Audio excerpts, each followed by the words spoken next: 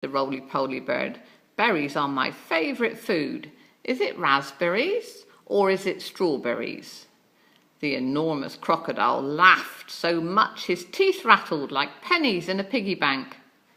"Crocodiles don't eat berries," he said. "We eat little boys and girls, and sometimes we eat roly-poly birds as well." Very quickly, the crocodile reached up and snapped his jaws at Roly-Poly Bird. He just missed the bird, but he managed to catch hold of some long feathers in its tail. The Roly-Poly Bird gave a shriek of terror and shot straight up into the air, leaving all its tail feathers behind in the enormous crocodile's mouth. At last the enormous crocodile came out the other side of the jungle into the sunshine. He could see the town not far away. The enormous crocodile crept over to a place where there was a lot of coconut trees. He knew that the children from the town came here looking for coconuts. The trees were too tall for them to climb, but there were always some coconuts on the ground. The enormous crocodile quickly collected all the coconuts that were lying on the ground.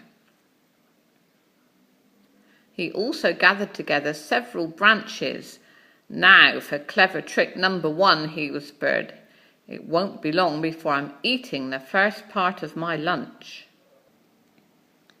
He took all the coconut branches and held them between his teeth. He grasped the coconuts in his front paws, then he stood up straight in the air, balancing on his tail.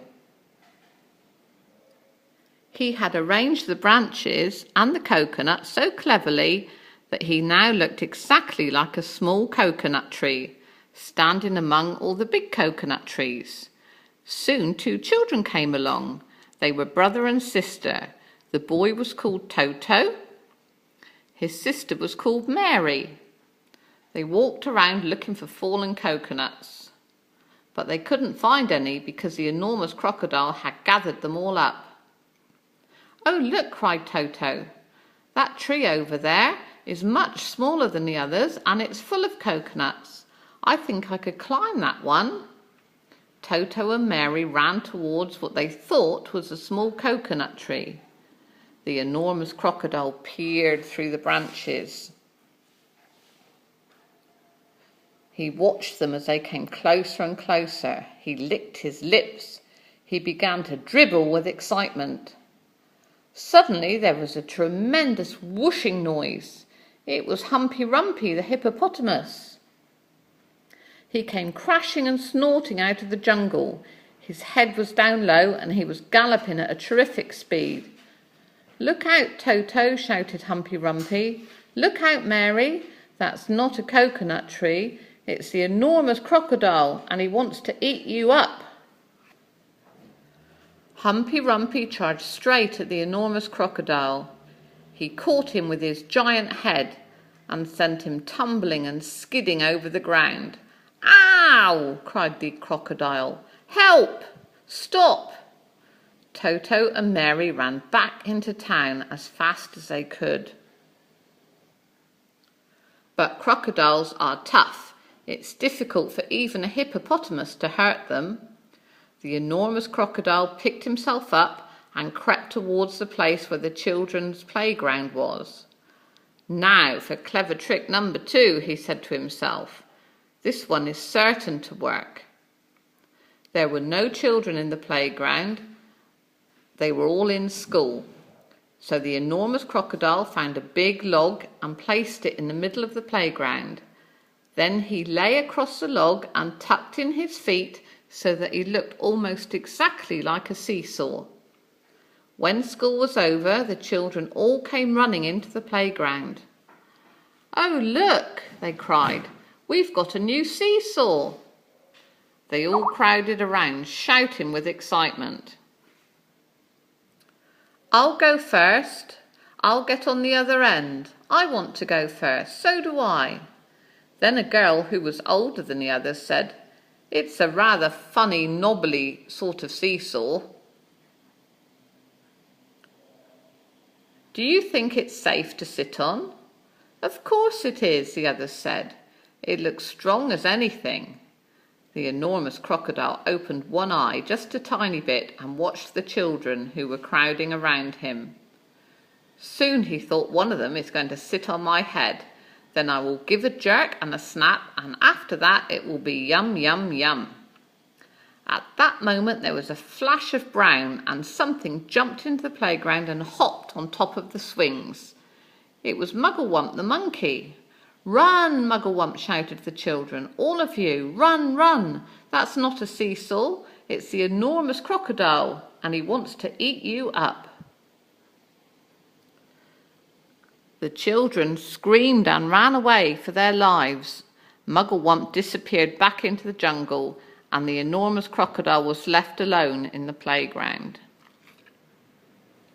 He cursed the monkey and waddled back into the bushes to hide. "I'm getting hungrier and hungrier," he said. "I shall have to eat at least 4 children now before I'm full up." The enormous crocodile crept around the edge of the town, taking great care not to be seen. He came to a place where they were getting ready to have a fair. There were slides and swings and dodgem cars. There was also a merry-go-round. The merry-go-round had marvellous wooden creatures for the children to ride on. There were white horses and lions and tigers and mermaids and dragons. "Now for clever trick number 3, said the enormous crocodile, licking his lips. When no one was looking, he crept up onto the merry-go-round and put himself between a wooden lion and a fearsome dragon. He sat up a bit on his back legs and he kept very still. He looked exactly like a wooden crocodile on the merry-go-round. Soon all sorts of children came flocking into the fair. Several of them ran towards the merry-go-round. They were very excited. "I'm going to ride a dragon," said one. "I'm going on a lovely white horse," cried another. "I'm going on a lion," cried a third one. And one little girl, whose name was Jill, said, "I'm going to ride on that funny old wooden crocodile." The enormous crocodile kept very still, but he could see the little girl coming towards him. "Yummy, yum," he thought. "I'll gulp her up easily in one gollop." Suddenly there was a swish and a swoosh, and something came swishing and swooshing out of the sky. It was the roly-poly bird. He flew round and round the merry-go-round singing, "Look out, Jill, look out! Don't ride on that crocodile." Jill stopped and looked up. "That's not a wooden crocodile," said the roly-poly bird. "It's a real one. It's the enormous crocodile from the river, and he wants to eat you up." Jill turned and ran. So did all the other children. Even the man who was working on the merry-go-round jumped off it and ran away as fast as he could. The enormous crocodile was angry with the roly-poly bird, and he went back into the bushes to hide. "I'm so hungry now," he said. "I could eat 6 children before I'm full up." Just outside the town, there was a pretty little field with trees and bushes all around it. This was called the picnic place. There were several wooden tables and long benches, and people were allowed to go there and have a picnic. The enormous crocodile crept over to the picnic place. There was no one about. "Now for clever trick number 4, he whispered to himself. He picked a lovely bunch of flowers and arranged it on one of the tables. From the same table, he took away one of the benches and hid it in the bushes. Then he put himself in place where the bench had been. By tucking his head under and by twisting his tail out of sight, he made himself look very much like a long wooden bench with 4 legs. Soon 2 boys and 2 girls came along carrying baskets of food. They were all from one family, and their mother had said they could go out and have a picnic. "Which table shall we sit at?" said one. "Let's sit at the table with the lovely flowers on it."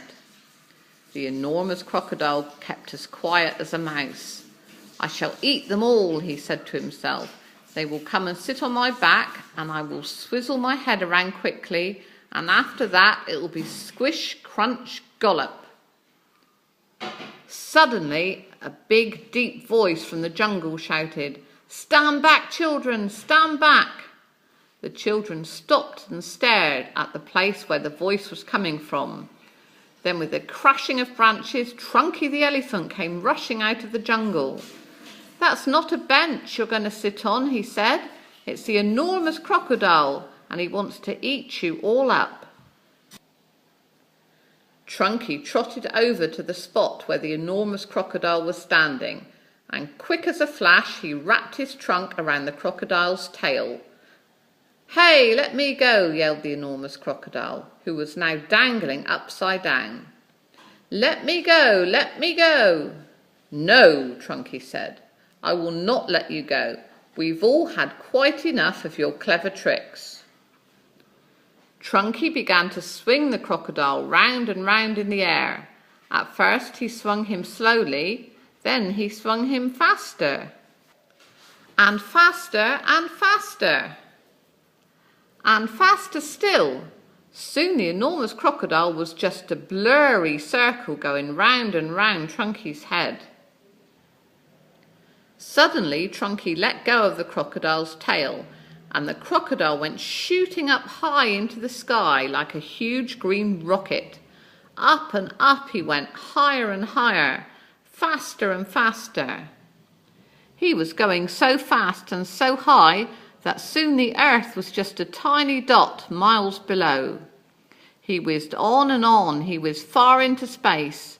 He whizzed past the moon, he whizzed past the stars and planets, until at last, with the most tremendous bang, the enormous crocodile crashed headfirst into the hot, hot sun, and he was sizzled up like a sausage.